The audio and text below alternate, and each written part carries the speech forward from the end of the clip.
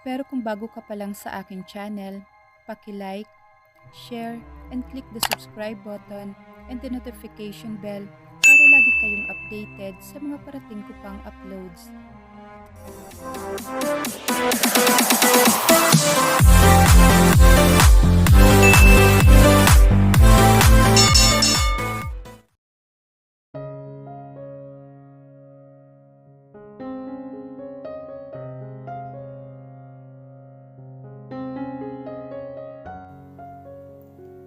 Nagulat si Liana nang paglabas niya ng banyo ay nagkahulihan sila ng tingin ni Christian. Hindi nito suot ang salamin sa mga mata. Nakaupo ito sa gilid ng kama at sadyang nakaharap sa dako ng banyo. Kaya hindi maiiwasang ito ang unang tumambad sa paningin nito. He was naked and from the waist. Nakasuot lang ito ng kulay abuhing pants. Nakalapat sa carpet na sahig ang mga paa nito at ang magkabilang kamay ay nakatukod sa kubrekama. Kakatapos niya lang maligo at nakabalot lang sa puting tuwalya ang hubad niyang katawan. May mga butil ng hindi pa natutuyong tubig sa balat niya. Maging ang kanyang buhok ay basa pa rin. Siya ang unang nag-iwas ng tingin dahil hindi niya kayang salubungin nang matagal ang paraan ng pagkakatitig nito sa kanya. Naroon ang kakaibang emosyon na hindi niya kayang pangalanan. Humarap na siya sa salamin ng dressing table at tinuyo ang buhok niya. Nakikita niya ang refleksyon ng asawa sa salamin. He was staring at her intently. Mula sa salamin, sobrang tiim ng pagkakatitig nito sa kanya na para siyang malulusaw. Ano ba ang iniisip nito? Maya-maya ay nahiga na ito sa kama. Nakahinga siya na maluwag dahil sa wakas ay nilubayan din siya nito ng tingin. Nagbihis na siya ng pantulog at pinatay ang ilaw. Ang tanging tanglaw na lang ay ang mapusyaw na liwanag mula sa lampshade. Pagkatapos ay nahiga na rin siya sa tabi nito. There's the decent distance between that had always been there.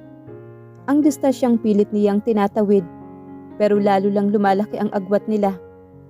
Ipipikit na lang niya ang mga mata nang biglang magsalita si Christian. Kumusta ang bahay ampunan? Napatingin siya rito. Nakadantay sa ibabaw ng mga mata nito ang isang kamay, kaya hindi niya mabistahan ang kabuuan ng mukha ng asawa. Bakit bigla-bigla ay nagtatanong ito tungkol sa bahay ampunan? Okay naman, sagot niya kahit nagtataka pa rin. Bakit dun mo gustong magtrabaho? Bakit hindi dun? Dun ako lumaki. Komportable ako sa bahay ampunan. Bigla nitong inalis ang kamay na nakadantay sa mga mata nito at tumingin sa kanya. Are you sure? You're not hiding something from me, Liana? May himig pagdududa sa boses nito. Natigilan naman siya. Pinagsosuspetsyahan ba siya nito? Namilog ang mga mata niya nang bumuhos ang realisasyon sa kanya. Iniisip mo bang kaya ko gustong magtrabaho sa ampunan ay para maharang ko si Liani sakaling magpakita siya roon? Siguro, diretsyong sabi nito. Hindi naputol ang eye contact sa kanya. Kaya mo namang gawin yan, hindi ba? Humugot naman siya ng malalim na paghinga at nahiga patalikod dito. Kung desidido ka talagang mahanap si Liani, kahit ano pa ang gawin ko ay makikita at makikita mo pa rin siya. Makapangyarihan ka, hindi ba? Marami kang pera. May mga connection ka. Pwede mong gamitin ang lahat ng iyon para lang mahanap na ang taong gusto mong matagpuan. Habang sinasabi niya ang mga iyon ay tila kumakalat naman ang mapait na lasa sa kanyang dila. Binabalaan kita, Liana. Mas mabuting huwag kang gagawa ng anumang bagay na magbubunsod sa aking pagkadismaya at galit. Ipanatag mo ang kalooban mo, Christian. Napakunot noon naman siya. Bakit biglang tumahimik ang asawa niya? Ano na naman kaya ang tumatakbo sa utak nito? Gumalaw siya at humarap kay Christian para lang mapasinghap nang salubungin siya nito ng mainit na halik. Hinawakan siya nito sa batok para mas palaliming ang halik at itinulak ang dila sa pinakasulok ng bibig niya. Christian, sambit niya sa pangalan nito nang maputol ang halik. Tuluyan na niyang nakalimutan ang tungkol sa pinag-uusapan nila. bago siya nito halakan. Kinubkob ng mga palad niya ang mukha ng asawa at nagkusang idampi ang mga labi nito sa labi niya. Open your mouth. Mainit ang mga titig ni Christian sa kanya. Tila apoy na gusto siyang tupukin. Ibinuka niya ang bibig at ipinikit ang mga mata. Hinihintay ang muling pagsakop nito sa mga labi niya. Ngunit hindi niya ito hinalikan. Dinilaan niya ito. Sinimulan niyang dilaan mula sa sulok ng kanyang bibig. Pagkatapos ay pinadulas ng kanyang dila sa ibabang kalahati ng kanyang labi. Kumalam ang likod ni Liana dahil sa ginagawa ng asawa. Ginagawa mo rin ba ito sa ibang babae? Nag-aalangan niyang tanong kay Christian.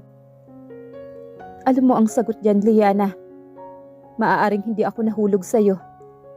Pero hindi ko gustong makipaglaro at manligaw sa mga babae. May asawa pa ako.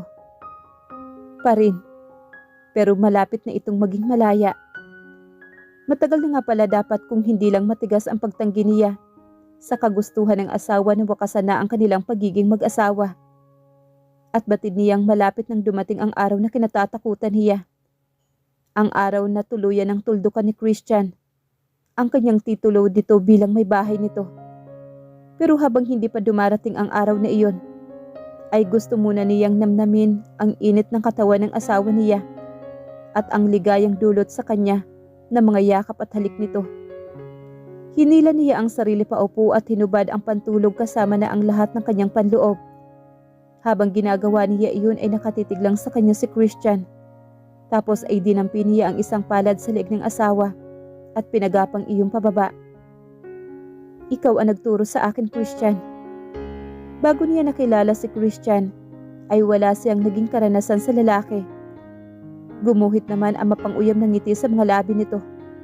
Of course, I am the man you choose to marry after all. Naglapat ang mga ngipin nito matapos kumawala ang malalim na ungol mula sa lalamunan nito. At doon niya naramdaman ang mainit na bagay sa kamay niya. Kapwa mabilis ang paghinga nila nang matapos ang kanilang pagniniig. Gumuhit ang maliit na ngiti sa kanyang mga labi. Ngiti na bagaman may kaunting tuwa, ay may bahid pa rin ng lungkot. Iipunin niya ang lahat ng alaalang, kapiling niya si Christian, dahil baka bukas ay mawala na ito sa kanya.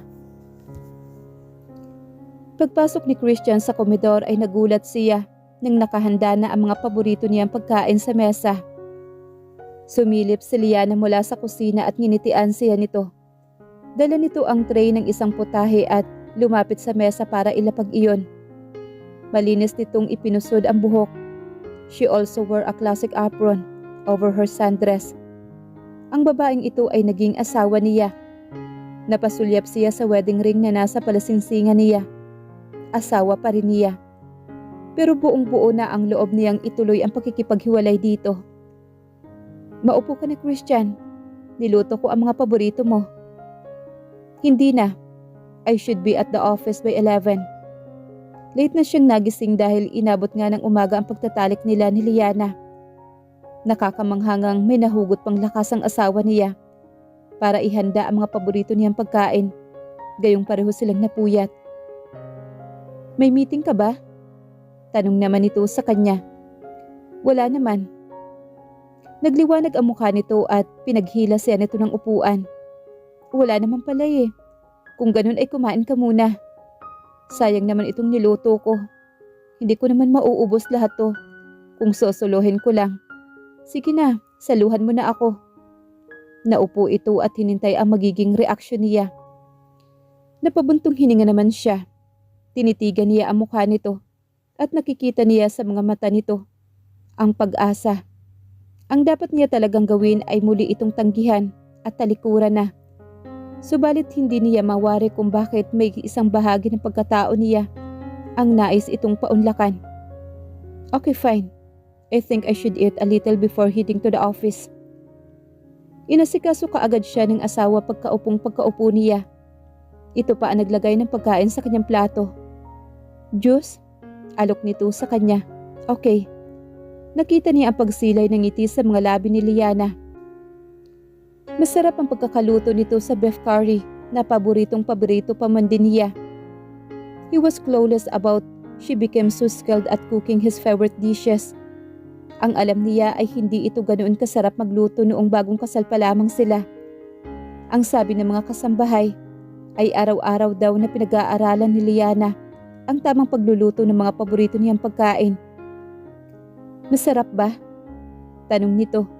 Titig na titig sa mga mata niya. Tipid naman siyang tumango dito. Bumalatay ang tuwa sa mukha ni Liana. Mabuti naman at kinain mo itong mga hinanda ko ngayon. Nung dinalhan kasi kita sa opisina mo, itinanggihan mo yon at hindi mo man lang natikman. Just don't bother with bringing food to the office for me. Payak niyang sagot dito. Sa gilid ng kanyang mga mata ay nakita niya ang bahagyang pagpitlag ng asawa dahil sa sinabi niya. She looked so hurt. Napakagatlabi siya. Ayaw naman sana niyang saktan si Liana. Kaso ay ayaw nitong bumitaw sa kanya. At patuloy itong umaasa na masusuklian niya ang damdamin nito. Hindi niya alam kung may kinalaman ba dun ang katotohanang malapit na niyang matagpuan ang taong gusto niya talagang mahanap sa simula pa lang.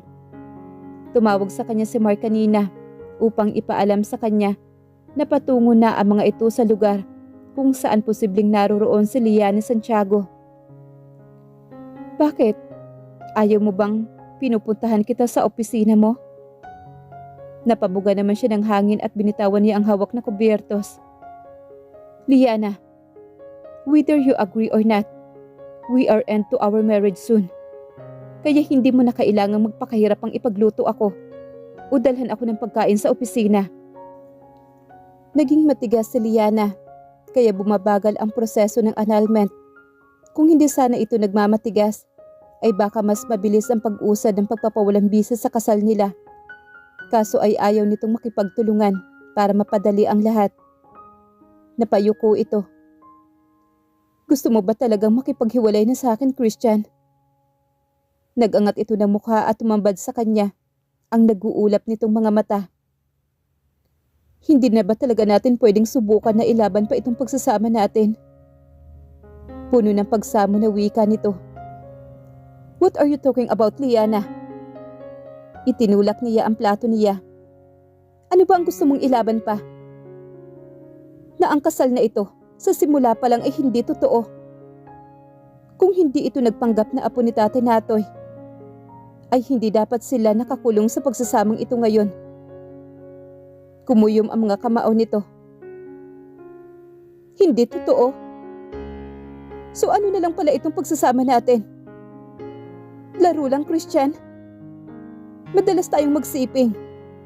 Ano pala ang tingin mo sa akin para usan lang? Punong-puno ng emosyon ang nandidilat nitong mga mata. Tumiim naman ang bagang niya. Huwag mong isusumbat sa akin ang mga pagkakataong nagtatalik tayo. Dahil pareho nating ginustong mangyari ang lahat ng iyon. Pinuwersa ba kita, Liana? Hindi naman, hindi ba? Tumayo siya at huminga ng malalim. Simula sa araw na ito, hinding-hindi na mangyayari ang ganoon. Napamulagat naman si Liana. Tila pinuhusan ng malamig na tubig. Maagap nitong hinuli ang kamay niya. Sa kamahigpit iyong hinawakan. I'm sorry, Christian. I'm sorry. Naging emosyonal lang talaga ako. Kalimutan na lang natin ang lahat ng pinag-aawayan natin dito. Garalgal ang boses nito at may kinang sa takot ang mga mata nito na nagmamakaawa sa kanya. Kalmado niyang binawi ang kamay. No, Liana. I think this will be good for all of us. Christian, please, no. Lumapit ito sa kanya. Tumingkayad at pilit na inaabot ang mukha niya. Nagsimula ng pumapatak ang luha mula sa mga mata nito. Marahan niyang hinawi ang mga kamay ng asawa. We don't have to fulfill our marital obligation anymore. Naisubsob ni Liana ang mukha sa palad nito. Nagkamali ako. Natakot lang ako. Kaya nasabi ko ang lahat ng iyon, Christian. Alam mo namang mahal na mahal kita. Isa yan sa malaking rason kung bakit gusto ko nang putulin ang ugnayan natin, Liana. Nasasaktan ka lang sa piling ko. Dahil pakiwari niya, nagiging kagaya na siya ng kanyang ama. Unti-unti na siyang nagiging katulad ng taong kinasusuklaman niya. Sa tuwing kasama niya ito, nanlalamig siya at nanlalamig. Hindi siya ganoong klaseng tao. Maaaring hindi siya ang pinakamabait o pinakamabait na tao noon. Ngunit, hindi siya naging masungit o malupit man lang. He was always calm and composed, but he was never rude. Naaalala pa niya kung paano niya noon tratuhin si Annie na ngayon ay asawa na ng kapatid niya. Tinulungan niya at naging kaibigan niya ito. Ang alam nito ay mabait siya. Pero ngayon ay tila wala na siyang pinagkaiba sa ama nila ni Clark. He honestly didn't want to hurt women. Buong buhay niya ay wala siyang babaeng pinaglaruan. But Liana deceived him. Niloko siya nito at nagsinungaling ito sa kanya. Kaya kapag si Liana na ang kaharap niya, nag-iiba na ang ugali niya. Hindi niya rin iyon gusto. At alam niyang nasasaktan ito. Isa pa iyon sa maraming dahilan kung bakit gusto na niyang hiwalayan ang asawa. He didn't want her to suffer anymore. Sa kabila ng mga ginawa nito, ay hangad pa rin naman niyang makamit nito ang pag-ibig na para talaga rito. Gusto niyang mahanap nito ang lalaking magpapasaya rito. Dahil hindi siya ang lalaking iyon. Alam na yung pinangarap ni Liana na magkaroon ng isang buo at masayang pamilya. But he couldn't give her that. He could never be her family. It won't ever happen. Alam niyang nais nitong magkaroon ng anak. Subalit hindi niya iyon pwedeng ibigay dito. Mas magiging komplikado lang ang lahat kapag nagkaanak sila. Lalo na at mauuwi rin sa hiwalayan ang kanilang pagsasama. Kaya hindi sila pwedeng magkaanak. Kawawa lang ang magiging anak nila. Maybe Liana would definitely use the baby as means to anchor him and their marriage. Gusto niyang mawala na ito. Wala na itong magiging habol pa sa kanya kapag napawalang bisa na ang kasal nila. Ayaw niya rin magkaroon pa ito ng dahilan upang patuloy na makipagkita pa sa kanya. Dahil gusto niyang putulin ang lahat ng bagay na maaaring mag-ugnay sa kanilang dalawa. Liana, huwag mong sayangin ang buhay mo sa akin. Aniya, seryoso ang mukha niyang nakikipag-usap dito. Pero paano, Christian? Paano ko gagawin iyan? Ikaw ang lahat-lahat sa buhay ko. Umiiyak na wika nito. Ramdam niya ang iniinda nitong sakit sa bawat katagang namumutawi sa mga labi nito. Pwes, simulan mo nang baguhin yan. Dahil alam kong alam mo na malapit na tayo sa dulo ng pagsasamang ito. Matigas na wika niya rito.